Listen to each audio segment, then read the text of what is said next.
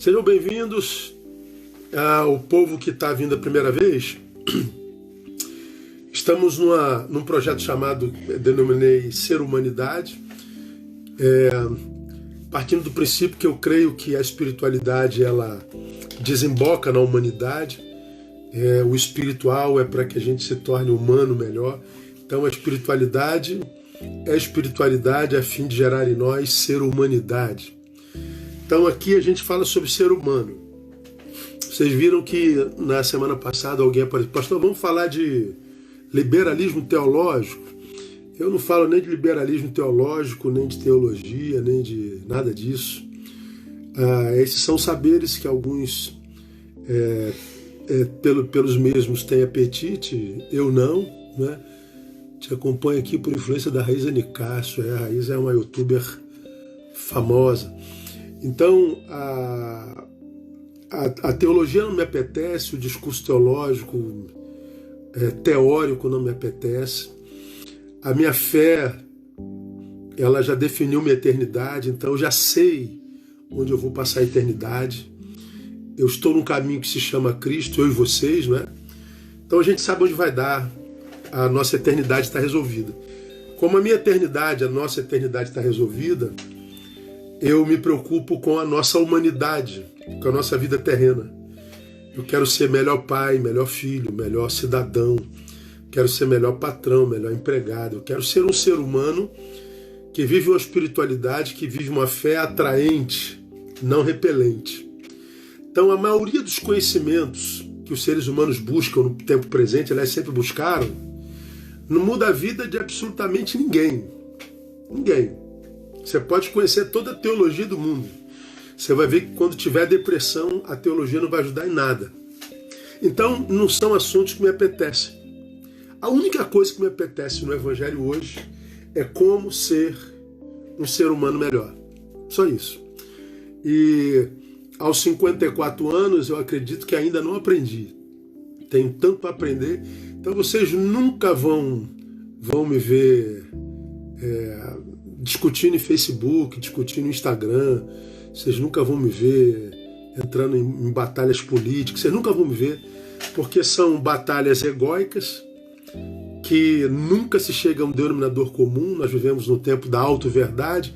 Cada um crê no que quer crer e não abre mão do que crê de jeito nenhum. Então é quase que perder tempo no discurso. Enquanto eu discutiria com vocês, eu vou levar meu cachorrinho para passear. É muito melhor para mim. Eu vou sentar com meu amigo para tomar Coca-Cola com limão. Eu vou caminhar na rua, eu vou malhar. Então eu não perco tempo com assuntos que não edifiquem. Então respeito quem faz isso, mas eu jamais. Então a gente está fazendo um projeto chamado Ser Humanidade. Falamos sobre perdão, porque o perdão é sobre o que a vida está edificada. Depois nós falamos sobre desconstrução humana e falamos sobre esse processo de desconstrução. Nós, como raça, estamos piorando demais, cada vez mais rápido. Então falamos como é que esse processo é desenvolvido. E comecei na semana passada a falar sobre amor iceberg. Por se multiplicar a iniquidade, o amor de muitos esfriará. Aí nós estamos falando sobre como esse esfriamento acontece, né? E por que a gente não pode parar de amar. Nós começamos na quinta-feira passada. Tá bom? Eu vou desligar aqui, nós já passamos dos 350 e para vocês não se distraírem, tá bom? Para vocês pegarem o máximo possível. Então nós começamos na semana passada a falar sobre 1 Coríntios capítulo 13, que é onde Paulo fala sobre a suprema excelência do amor. E por que eu vim com vocês para 1 Coríntios capítulo 13? Porque eu comecei com uma fala de uma pessoa que eu atendi, onde essa pessoa disse assim: eu desisti de amar, pastor. Desisti do amor. E por que você desistiu do amor? Ela falou assim: eu desisti do amor porque o amor me fez sofrer demais. O amor só me fez mal. Desisti de amar. Aí eu falei para ela: então você morreu. Como assim? Porque a Bíblia diz: se não tiver amor, nada serei. Então, à luz da palavra, eu sou enquanto amo. Eu não morro quando a morte chega, eu morro quando o amor se vai. Então, na sociedade que cultua o ódio, a indiferença, o egoísmo, nós estamos falando de uma sociedade morta. Uma sociedade que existe, mas não vive. Porque a gente só está vivo enquanto ama. Eu só vivo porque o amor pulsa em mim. Então, se eu não tiver amor, diz o texto, eu nada serei. Eu me transformo em nada. Então, ouça a live da semana passada para você não perder absolutamente nada. Então, nós somos enquanto amamos. Então, o amor não é uma utopia. O amor não é um discursozinho tolo, bobo, poético, musical, irreal, abstrato e sensitivo. E quando a gente fala de amor, a gente não fala desse amor sentimento, que faz a gente chorar ou sorrir. Eu estou falando de um amor que é a vida praticada, que é um estilo de vida. Se amor fosse sentimento, Jesus não mandaria que nós amássemos os nossos inimigos. Porque se amardes aos vossos inimigos, vossos amigos, que honra a nisso. Então, se ele manda eu amar o inimigo, ele não pode estar falando de sentimento, porque eu não posso sentir pelo inimigo o mesmo que eu sinto pelo meu melhor amigo. Mas eu posso fazer pelo inimigo, em socorro, o mesmo que eu faria ao meu melhor amigo ou meu filho, a minha esposa. Então ele fala de um amor que é atitude, um amor que é uma postura diante da existência, um amor que é postura diante da vida, que me livra de me tornar um alienado, um indiferente, uma habitação de ódio, uma habitação de amargura, de mágoa, uma habitação de sentimentos destruidores. É o amor praticado que me livra de tudo isso. Aí nós lemos 1 Coríntios capítulo 13 e aprendemos na semana passada primeiro, que é o amor que transforma a nossa existência em vida.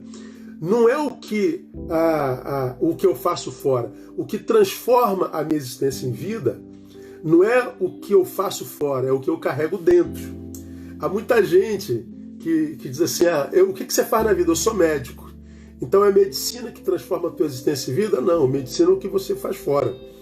O que transforma a tua existência em vida é como você pratica a medicina.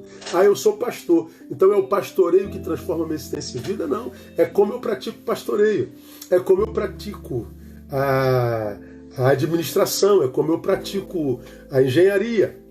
Não é o que eu faço do lado de fora. Por isso nós temos médicos se matando, nós temos engenheiros se matando, nós temos professores se matando, nós temos empresários riquíssimos se matando, porque não é o que a gente faz fora que transforma a nossa existência em vida, é o que a gente carrega dentro. Lemos os 3 primeiros versículos. Ainda que eu falasse a língua dos homens e dos anjos, não tivesse amor, seria como um metal que soa, como um símbolo que retine. Ainda que tivesse o dom da profecia, conhecesse todos os mistérios e toda a ciência, e ainda que tivesse toda a fé, veja, práticas religiosas, e não tivesse amor, nada seria. Ainda que distribuísse todos os meus bens para o sustento dos pobres, e ainda que entregasse o meu corpo para ser queimado, e não tivesse amor, nada aproveitaria. Então ele está dizendo, você pode fazer o que quiser, você pode ter os mais excelentes dons, você pode ser o melhor filântropo do mundo, você pode ser um mártir da bondade. A intenção é amor que te move? Não, então você está morto. É o que eu carrego dentro.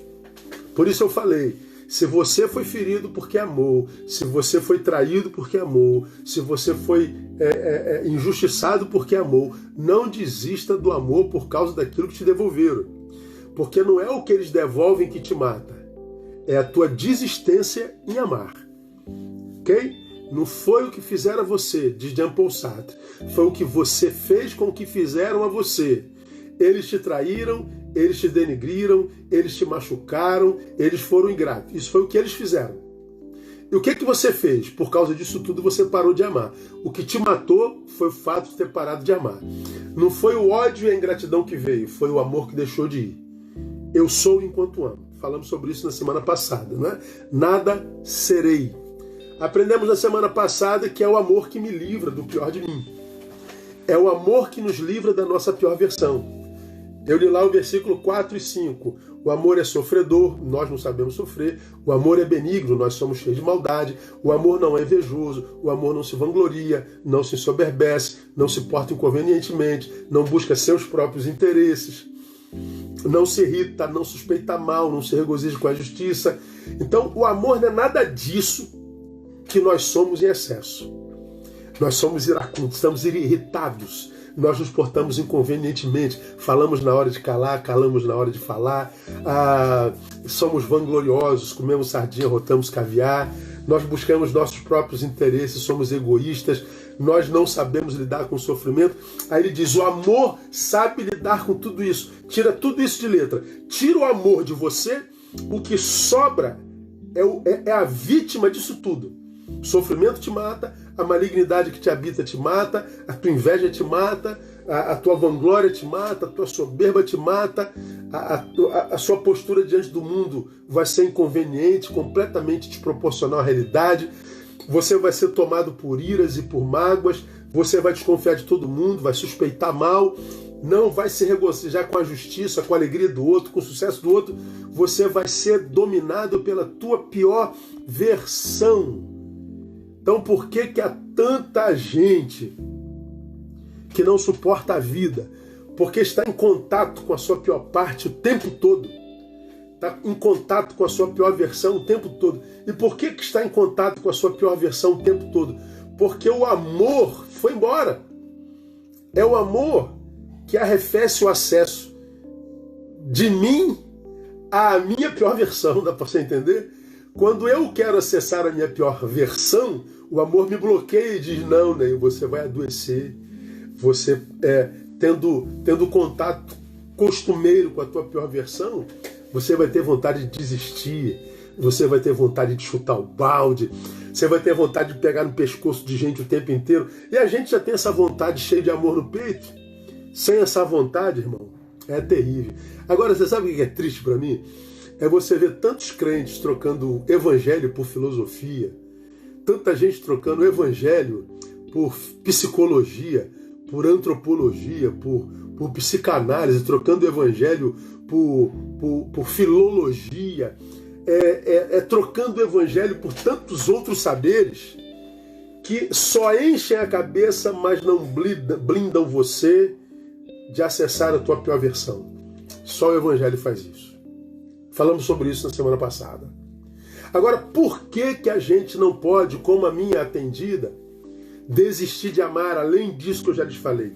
Por que o amor tem que ser opção?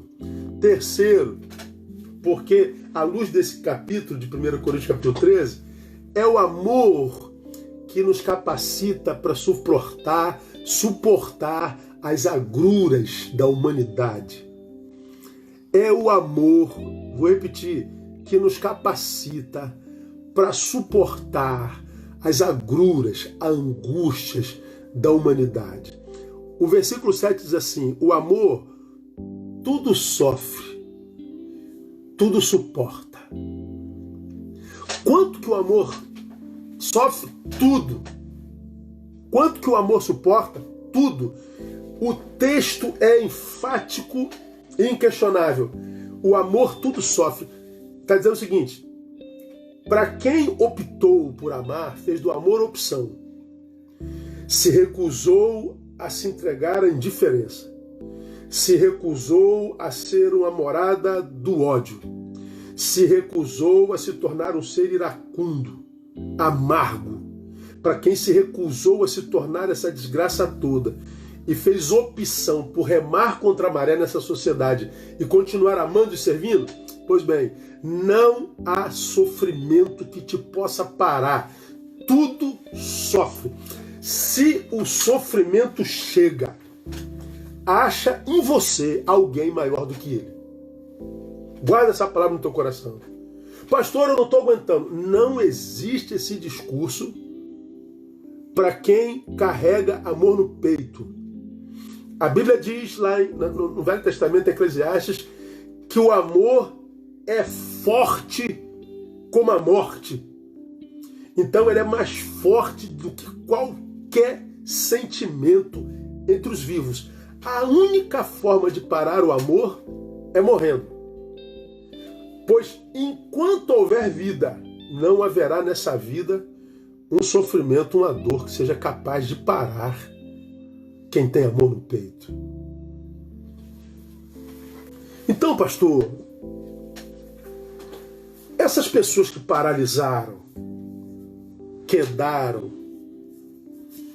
enlouqueceram, desistiram, chutaram, se perderam, essas pessoas, o que aconteceu com elas? Foi um sofrimento grande demais. Não, não foi não. Abriram mão de amar. Porque foram traídas. O que fizeram? Pagaram a traição com traição. Pagaram o ódio com ódio. Pagaram a raiva com a raiva. Pagaram a dor com a dor. Ou seja, literalmente, se transformaram na imagem e semelhança dos seus algozes. Então, o que destruiu tais pessoas não foi a dor que veio, foi o amor que deixou de ir. O amor tudo sofre. O amor tudo suporta. Gente, é só parar para pensar um pouquinho. Ser gente hoje dói muito, cara. Ser gente é muito dolorido. Ser humano num mundo tão desumanizado é muito desgastante. Continuar equilibrado no mundo desequilibrado dá muito trabalho, é muito angustiante, requer um esforço hercúleo, é muito desgastante ser hoje. Essa palavra ela mexe demais comigo. Eu sou pastor há 30 anos e como pastor e profissional da área humana, a gente lida com o podre do ser humano, não é? É diferente do trabalho da esteticista, que trabalha o corpo, a imagem, o trabalho do dentista, do cirurgião plástico, da manicure, que vem tratar desse corpo, dessa estética, da nossa versão estética, da nossa versão bela, é onde se encontra com o belo. Eu trabalho com o que está dentro, com aquilo do que todo mundo quer se livrar, daquilo que, em não conseguindo se livrar, arrefece a alegria da vida de todo mundo. Eu trabalho com as dores da alma, com as dores do coração. E eu ouço gente há 30 anos. 30 anos. Eu ouço de analfabeto a desembargadores. Eu ouço de soldados a generais e almirantes. Eu ouço ricos e pobres, negros e brancos. Eu posso afirmar a você que os nossos menores problemas são os econômicos. Eu encontro mendigos existenciais morando nas coberturas de Copacabana e Ipanema, e encontro milionários existenciais morando em comunidades absolutamente pobres. Por quê? Porque a vida que vale a pena e aquilo que a gente chama de felicidade, como eu falei na live passada, o dinheiro não pode comprar, não tem nada a ver. As nossas angústias estão para muito além das econômicas. Há muita gente que acha que está infeliz porque tem conta atrasada. Não. Tem gente que tem dinheiro para pagar todas as contas 1000 vezes por muitas vidas. Estão mais infelizes do que você que tem uma conta de luz atrasada. Tem gente que acha que é infeliz porque é solteiro. Ora, se isso fosse verdade, não haveriam casados infelizes. Se o problema fosse a solteirice. Tem muita gente que acha que é infeliz porque está gorda. Ora, se fosse assim, não haveria nenhum magro infeliz. E a gente sabe que a gordura ou a magreza não é a razão da felicidade ou infelicidade primeira. A dor da existência é a maior. Tem um texto, eu vou falar sobre ele lá na frente, já preguei na minha igreja, onde o evangelho, a palavra diz assim, ó: é melhor sofrer desfazendo bem, se esta for a vontade do Senhor, do que fazendo mal. Porque é melhor sofrerdes fazendo bem, se esta for a vontade de Deus, do que fazendo mal. Então olha só esse texto. Nesse texto está dito, não existe a opção não sofrer. Entende o que o texto diz? É melhor sofrer fazendo bem, se esta for a vontade de Deus, do que fazendo mal. Ou seja, se eu faço bem, eu sofro, muitas vezes com a permissão de Deus. Se eu faço mal, eu sofro. Não existe na vida a opção não sofrer. Claro, não está claro? Ora, e se quem faz o bem sofre, quem faz o mal sofre, esse mal não pode ser produto de frutos que eu plantei, ou seja, de semente que eu semeei. Ou seja, o sofrimento não é fruto do que eu plantei. Porque se o bem sofre, o mal sofre, quem é do bem, quem é do mal, semeiam coisas diferentes. Portanto, colheriam coisas diferentes. Mas esse texto está dizendo que eles estão colhendo a mesma coisa, sofrimento. Então, se esse sofrimento não é sofrimento produto do erro que cometemos, de que sofrimento fala o texto? Da dor de ser. Nós somos caídos. Nós somos contaminados pelo vírus do pecado. Nós estamos, por natureza, destituídos da glória de Deus e do Deus da glória. Nós vivemos num mundo que jaz no maligno. Nós experimentamos a redenção no mundo que fez opção por permanecer na queda. Nós tentamos viver a verdade no mundo que é absolutamente dissimulado. Nós buscamos santidade no mundo que cultua a carne idolatricamente. Nós tentamos dar valor à essência no mundo que fez opção pela aparência. Nós valorizamos ética no mundo absolutamente estético. Portanto, ser hoje é absolutamente angustiante. Por que eu não posso parar de amar? Porque é só amando que eu vou suportar as angústias do ser. Quando eu ouço pelo OMS que eu vivo num país que tem o maior transtorno de ansiedade do mundo, quando eu vivo num país onde diz a palavra é o 5º em depressão no mundo, é o 8º em suicídio no mundo, no qual morrem 65 mil pessoas por ano, 185 por dia, que tem os maiores índices de corrupção do mundo. Que tipo de vida você acha que você vai ter num país, num mundo como esse? Irmão, nós estamos com o nosso ser encharcado de más notícias. Nós estamos cercados por inveja. Nós estamos cercados por gente que torce por nosso fracasso. Nós estamos cercados por gente que é mestra aos seus próprios olhos e que não valoriza o ensino que você ministra e que não tem ensino para te ministrar. Nós estamos sozinhos no mundo. Nós estamos em guerra. Nós vivemos, irmãos, num país completamente dividido. Nós estamos sofrendo uma pandemia mundial e nós politizamos isso. E em função disso, milhares de pessoas morrem. Ora, quando a Bíblia diz que o amor esfriaria, e é o amor que me livra da angústia do ser, o que o texto diz? Que chegaria um ponto em que, pelo simples fato de estar vivo, já seria um castigo divino.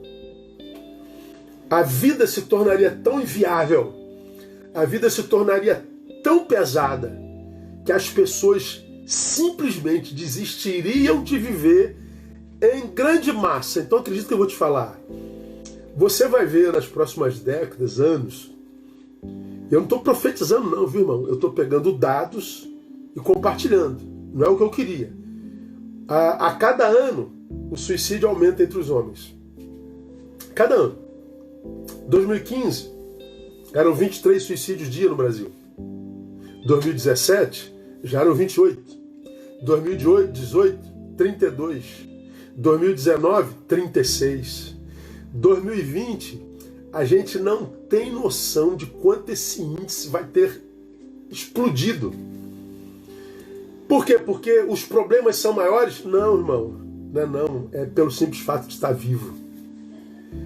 Vivo sem amor. Vivo tomado por amargura, por ódio, por indiferença, por soberba. Vivos, mas cheios de si mesmo. Esse si mesmo que deveria ser negado, mas que do qual a gente vive uma overdose. O simples fato de estar vivo. Você vai ter todas as contas pagas, você vai ver a sua família equilibrada, você vai ter tudo no lugar. Nós vamos chegar no tempo em que nós não teremos necessidade de nada, mas a angústia de ser, ainda assim será horrível. Por quê? Porque o amor esfriará. O que transforma a nossa existência em vida não é a família que a gente tem, é o amor que a gente tem por ela. Não é o trabalho que a gente tem, é o amor em trabalhar. Não são os amigos que a gente tem, é o amor que gera conexão com eles. Não é a religião que eu tenho, é como eu pratico essa religião, se ela é em Deus. Esse amor que me une ao universo, ao Criador e à criação, se esse amor fenece em mim, eu desconecto de tudo. Eu me sinto um alienígena no meu planeta. E eu sei que entre esses 520 que estão aqui me ouvindo, tantos de vocês já sentem isso. Por quê? Porque por alguma razão, algumas vicissitudes da vida, você desistiu de amar, teu amor foi arrefecido por algumas vicissitudes da vida. Então por que eu não posso deixar de amar? Porque o amor tudo suporta. Ser gente hoje é muito angustiante. O amor de muitos esfriará, a existência será insuportável. Porque, eu vou dar alguns exemplos aqui bem corriqueiros para a gente pensar um pouquinho mais, tá bom, gente? Vamos lá. Por que pessoas maltratam idosos hoje? Por que famílias abandonam idosos nos asilos e não vão ver? Amor esfriado. Por que pacientes são maltratados nos hospitais do Brasil e no mundo? Porque eu não tenho mais conexão, eu sou enfermeiro, sou médico, mas eu não tenho mais conexão com esse paciente. O amor esfriou. Por que o policial que deveria defender o cidadão acharca o cidadão, mata o cidadão, espanca o cidadão? Porque o amor esfriou. Por que a gente ofende ao outro na rede sem respeito, sem dignidade, sem sentimento algum? Porque o nosso amor esfriou. Por que o sujeito estaciona na vaga do cadeirante, do deficiente físico? Ele estaciona porque o amor dele esfriou. Que se dane o cadeirante, não tem nada a ver com ele. Por que nós estamos num país encharcado por corrupção? Por que o miserável do empresário, do secretário tem que roubar dinheiro do respirador tão necessário para preservar a vida da Covid? Porque o sujeito perdeu o amor. Por que a gente faz guerra por qualquer razão? Porque nós perdemos conexão de afeto, de amor. O amor esfriou. Por que o Supremo Tribunal Federal, por que a justiça brasileira prende tanta gente inocente sem dar direito de um advogado decente, de defesa, e ao mesmo tempo solta o corrupto, solta o culpado? Hoje está dando no jornal o dia inteiro, o Supremo Tribunal Federal manda retirar a delação de Palocci num dos processos contra o Lula. Palocci foi o mais importante ministro de Lula. Aí ele diz, olha, tem que tirar a delação desse cara. Meu Deus do céu, que Supremo Federal é esse? Ao passo que caça a palavra de quem não pensa como do outro lado. Uma censura sem precedentes e vergonhosa na história da nação. Faltou amor, irmão, o amor esfriou. Por que eu pego o que não é meu? Por que eu vou lá e tiro a caneta que não é minha? Por que eu roubo a bicicleta? Por que eu levo Por que eu quebro o vaso sanitário do lugar público? Por que a gente depreda os BRTs, ponto de ônibus? Por que a gente quebra as escolas? Por que a gente depreda as praças? Porque o amor esfriou. Por que eu não consigo ser grato a quem me ajudou? Por que eu cito a frase do sujeito, mas eu não cito o nome do autor, só para negar-lhe essa honra? Por que eu nego honra? Porque o amor esfriou. Porque o desrespeito constante? Porque a desonra? Por que pessoas abusam de crianças? Os pedófilos? Por que se espancam crianças? O amor esfriou. Por que nós temos feminicídio? Mulheres são espancadas todo dia. O amor esfriou. Por que há fome no mundo, irmão?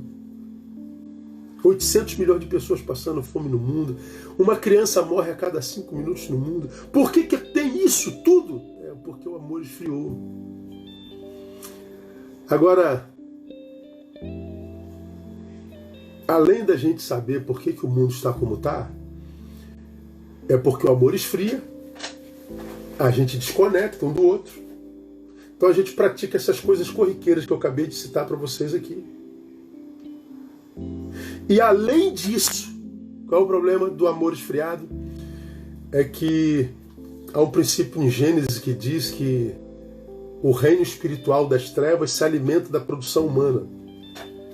Lá no Éden, quando o Senhor amaldiçoou a serpente, dizendo que ela se arrastaria e se alimentaria do pó da terra, ele não está amaldiçoando o bichinho, cobra, a snake, não.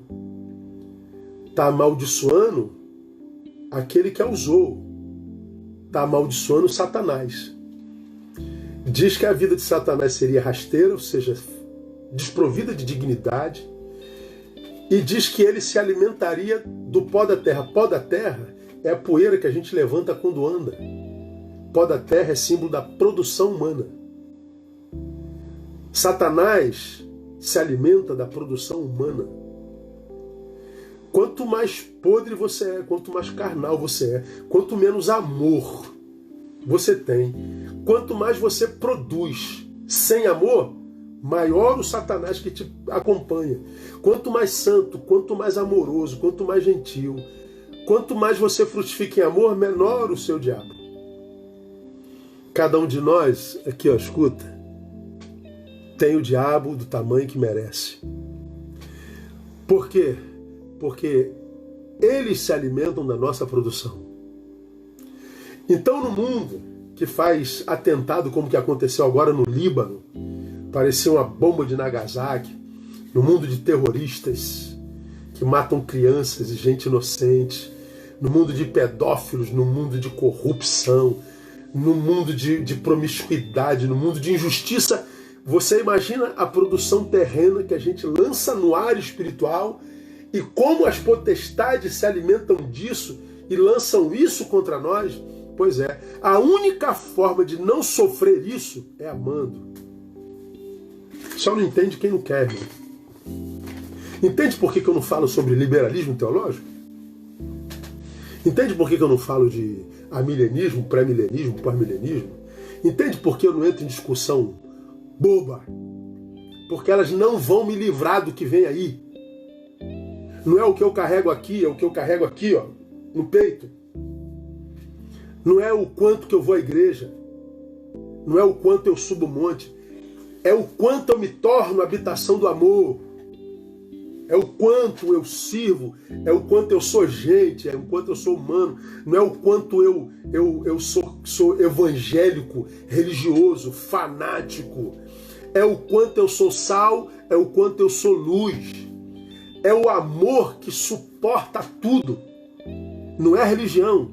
Porque eu e você conhecemos um monte de religiosos loucos, doidos, empedernidos, perversos, malignos, que maltratam suas esposas e maridos, que são ingratos, dividem igrejas, mentirosa, apedrejadora. A religião não melhorou o ser humano que ele é. Por quê? Porque não tem amor.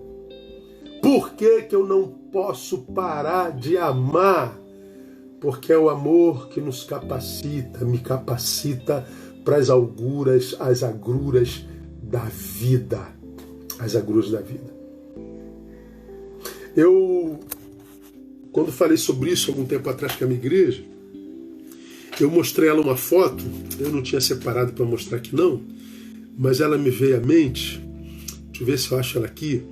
O ser humano está cada vez pior, e nós somos seres humanos, e a humanidade piora celeremente, não é? E a gente vai piorando cada vez mais. Nós temos que ver a nossa piora cada vez mais precoce. Por exemplo, a gente vê em fotos como essa aqui, por exemplo, ó. Não sei se dá para ver, acho que dá, não dá? Uma menina que está um pouquinho obesa, já sofrendo com a sua imagem. Por quê? Porque ela tem a imagem de uma modelo esguia, fina, e essa menina com 7 anos, 8 anos, já imagina que felicidade tem a ver com beleza e com estética. Bom, isso há 15 anos atrás não era um problema infantil. Crianças brincavam, crianças corriam, crianças eram crianças, crianças não namoravam, crianças não se exibiam, crianças não tinham celular, crianças tinham direito à rua, crianças brincavam, crianças eram crianças e não reféns de seus pais enlouquecidos. Eu não vou achar agora, tinha outra foto que eu queria mostrar para vocês, que é uma foto que quando eu vi me chocou bastante, mas eu tenho mais de 1000 fotos aqui e eu certamente não vou conseguir achar. Mas numa outra oportunidade eu mostro a vocês.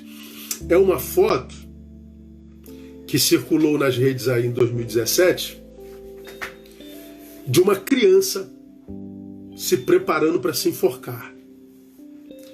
E aí teve um alguém em alguma parte do mundo que fez um desenho ensinando uma criança a se matar. Um desenho que foi ensinando passo a passo como pegar a corda, como dar nó da corda, como subir num banquinho, como botar a corda no pescoço e depois pular. Só que tudo isso, o desenho com um sorriso na boca, com um tom de brincadeira, e as crianças iam aprendendo aquilo. Achei a foto aqui, ó. Olha aqui, ó. Olha isso aí. Dá pra ver? Dá, né? Aí. Como se enforcar? Veja só.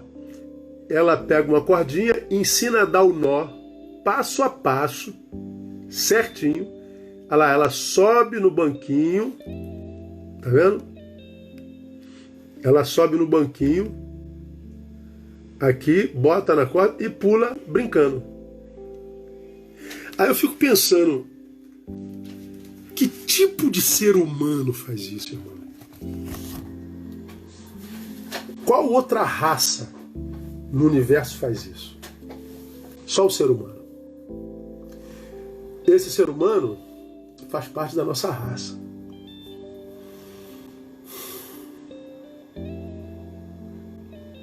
Por que a gente não pode parar de amar, irmãos? Porque é só amando que a gente suporta a dor de ser. É só amando que a gente suporta a angústia de existir. E existir vai ser cada vez mais difícil.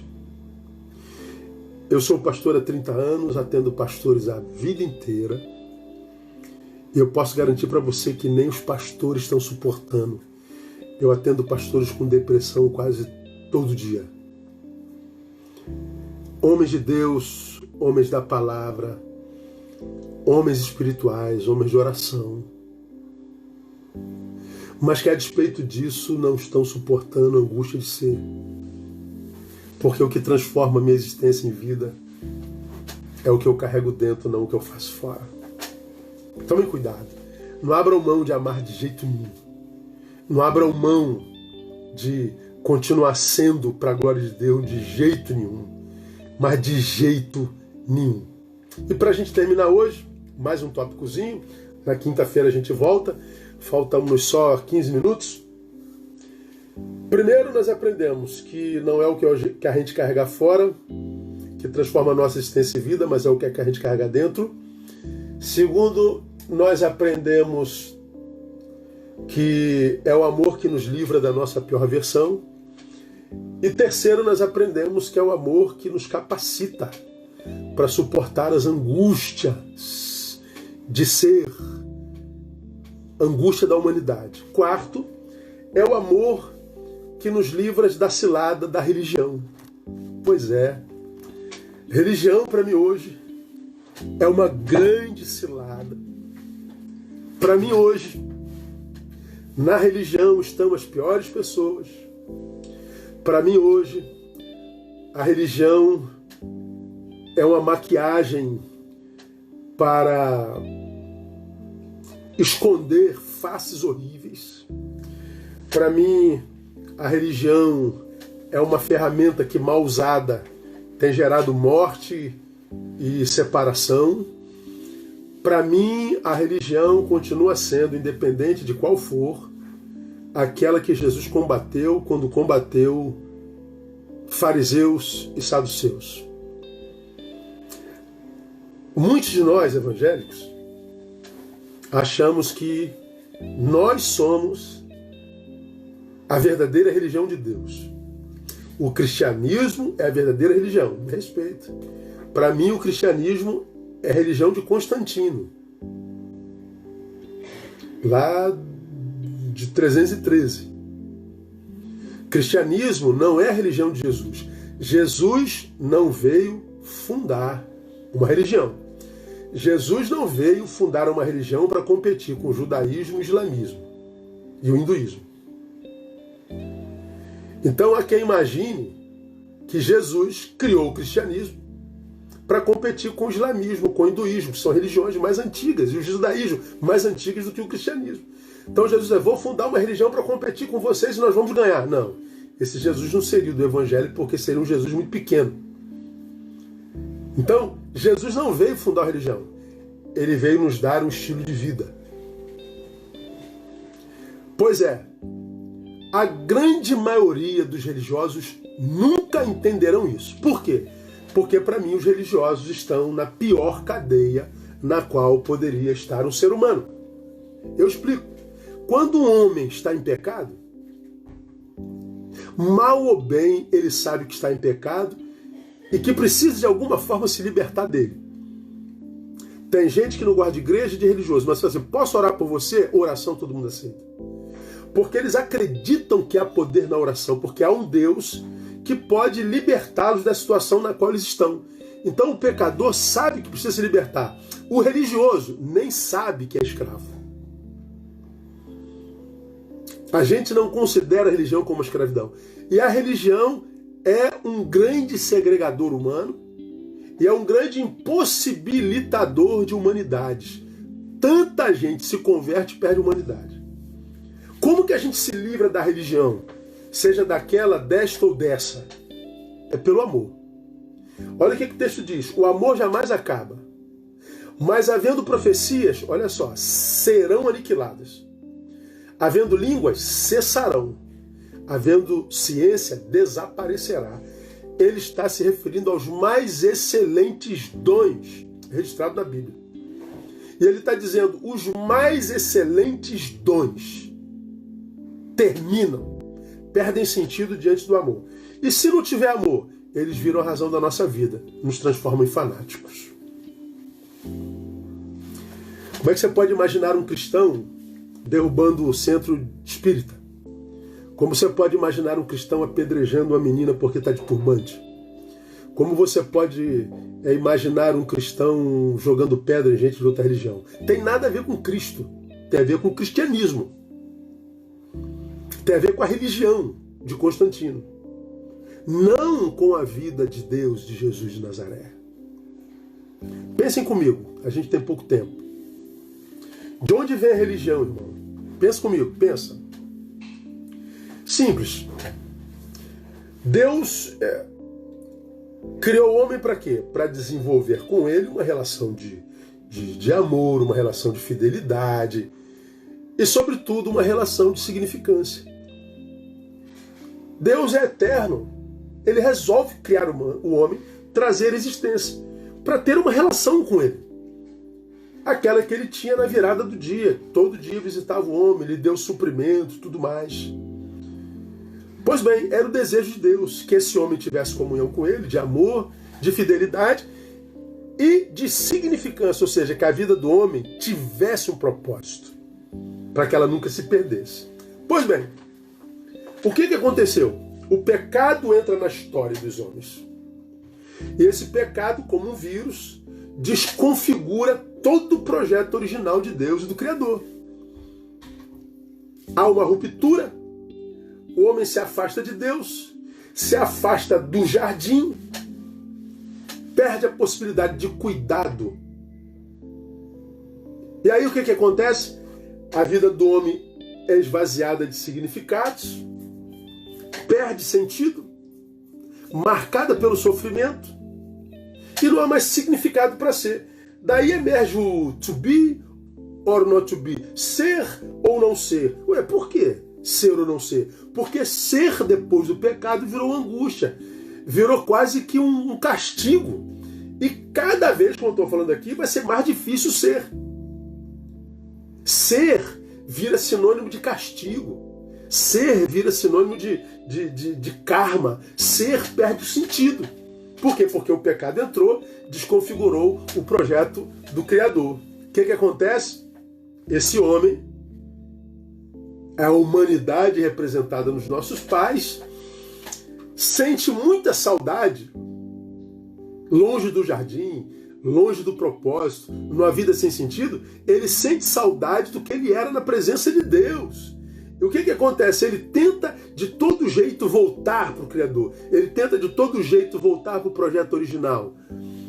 É daqui, desse desejo de retorno, que emerge a religião.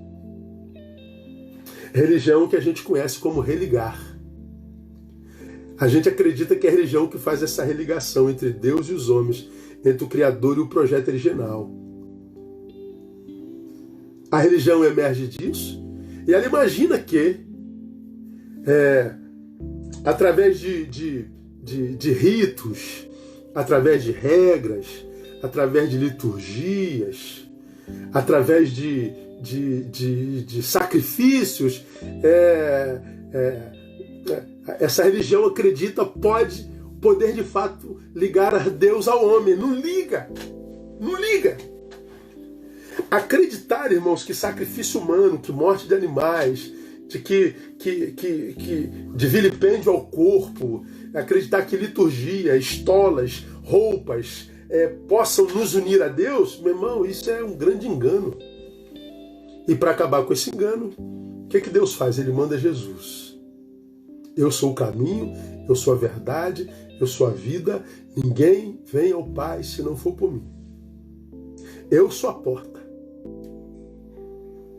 Eu sou a água, eu sou o pão. Ninguém pode vir a mim se o Pai não trouxer. Jesus está dizendo, eu sou o caminho. Não há outro caminho para Deus. Ou Jesus, como eu costumo dizer, era um megalomaníaco doido, porque ele diz, eu sou o caminho para Deus, eu sou a verdade. A filosofia, a antropologia, a sociologia, a psicologia, todos estão atrás da verdade, todo mundo atrás da verdade. Vem Jesus e diz, a verdade é uma pessoa, a verdade sou eu. Todo mundo quer saber o caminho para chegar à transcendência. Jesus está dizendo, eu sou o caminho. Todo mundo querendo saber o que é a vida. Eu sou a vida. Eu sou o pão da vida. Eu sou a água da vida. Eu sou a porta. Eu e o Pai somos um. Ou Jesus era um megalomaníaco doido, varrido, que devia estar internado, ou Jesus dizia a verdade. Há muita gente que não acredita que Jesus era Deus e que era o caminho para Deus. Eu não acredito que Jesus seja divino. Ok, mas você tem coragem de chamar Jesus de retardado, de louco, de megalomaníaco? Não tem também, não é? Pois é, não tem como. Ou ele era megalomaníaco doido, ou ele era alguém que dizia a verdade. E nós sabemos que Jesus dizia a verdade. E Jesus é a corporificação do amor de Deus. É no amor de Jesus que a gente vence e se livra das angústias da religião. Quanta gente amada, amados, que depois se converteram, pioraram a beça. Quantos casamentos acabaram porque a mulher virou a pedra de gelo, o marido virou um troglodita? Quantos adultos que se converteram cedo jogaram a juventude fora, a adolescência fora? Quantas crianças, irmãos, que com 8 anos tem que estar usando terno e gravata, não podem jogar bola, não podem ser criança, não pode tomar banho de praia, não pode nada, sonegando por causa da religião, não por causa do evangelho, sonegando a si humanidade, caíram na cilada da religião. Como que eu me livro da religiosidade, irmão? Através do amor. Eu vou ter que terminar aqui, lamentavelmente. Colossenses 2, versículos 6 em diante diz assim, ó: portanto, assim como recebestes a Cristo, o Senhor, assim também nele andai, arraigados e edificados nele, e confirmados na fé, assim como fostes ensinados, abundando em ação de graças. Tendo cuidado, olha só, para que ninguém vos faça presa sua, por meio de filosofias e vãs sutilezas, segundo a tradição dos homens, segundo os rudimentos do mundo e não de Cristo. Então, há muito tradicionalismo, há muito religiosismo, em nome de Jesus, que nada tem a ver com Jesus. Como que eu discerno isso, pastor? Com amor.